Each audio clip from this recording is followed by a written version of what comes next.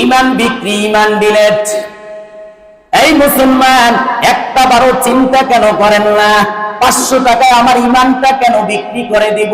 এই গণতন্ত্রের কুফরি মতবাদ সমর্থন করার কারণে আজকের এই দেশের মধ্যে যত অশান্তি, মানুষের উপরে জুলুম, অত্যাচার, সম্পদ লুণ্ঠন, চাঁদাবাজি, ধান্দাবাজি, ঠিক না ভাই? ঠিক।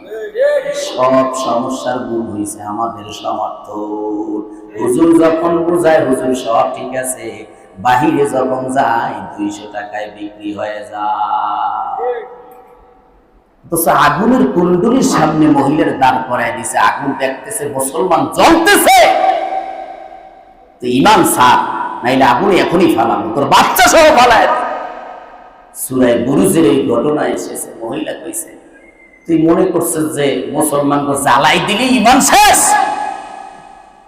সম্ভব না। ওই মায়ানমারে অং সং সুচি নাম মনে আছে, ওই বেঈমান এখনো জেলখানার মেহমান। আরে 150 বছরের জেল দিয়া দিছে। এই রে মুসলমানের উপরে অস্ত্র উঠাইছে, খবর আছে তো? আজব কাল হোক, পাপ যখন বাতি হয়ে যায় পাপ তাকে ছাড়ে না, ঠিক না ভাই? ঠিক। উড়াল দিয়া কোপাইয়া কোপাইয়া জীবিত মানুষগুলারে মারছো, কত মা বোনদের ইজ্জত লুণ্ঠন করছো, কত মা বোনদেরকে হত্যা করে দিয়েছো। ওই মায়ানমারের মুসলমানদেরকে নির্বিচারে গুলি করে এখনো হয়তো মারতেছে। ওই অংশং সুচি, তোর খবর কোথায়? পৃথিবীর ইতিহাসে যারাই জালেম হয়েছে আল্লাহ নির্মম ভাবে ওদেরকে শাস্তি দিয়ে দিছে, ঠিক না ভাই? ঠিক। কি বলছিলাম বলেন তো?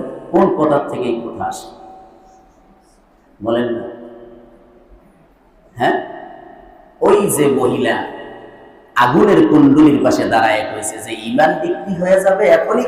তুই কি মনে করছো যে আগুনে জ্বালাই দিলি ইমান শেষ?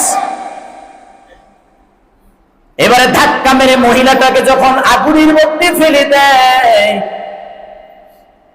আগুনের মধ্যে ফেলে দেওয়ার আগে বাচ্চাটাকে কোলের ভিতর থেকে যখন ওই আগুনের কুণ্ডুলির ভিতরে বাচ্চাটাকে যখন ফেলে দিছে, ফেলে দেওয়ার পরে মা চিৎকার করছে, এই রে আমার বাচ্চাটা আগুনের মধ্যে তুই ফেলে দে।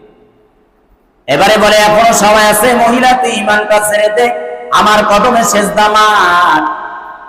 এখন দ্বিধা দ্বন্দ্বে পড়ে গেছে, কি আগুনে ঝাঁপ দিবে না কদমে সেজদা দিবে? ইমান বাঁচানো বড় দায়। এমন সময় আগুনের ভিতর থেকে বাচ্চাটা আওয়াজ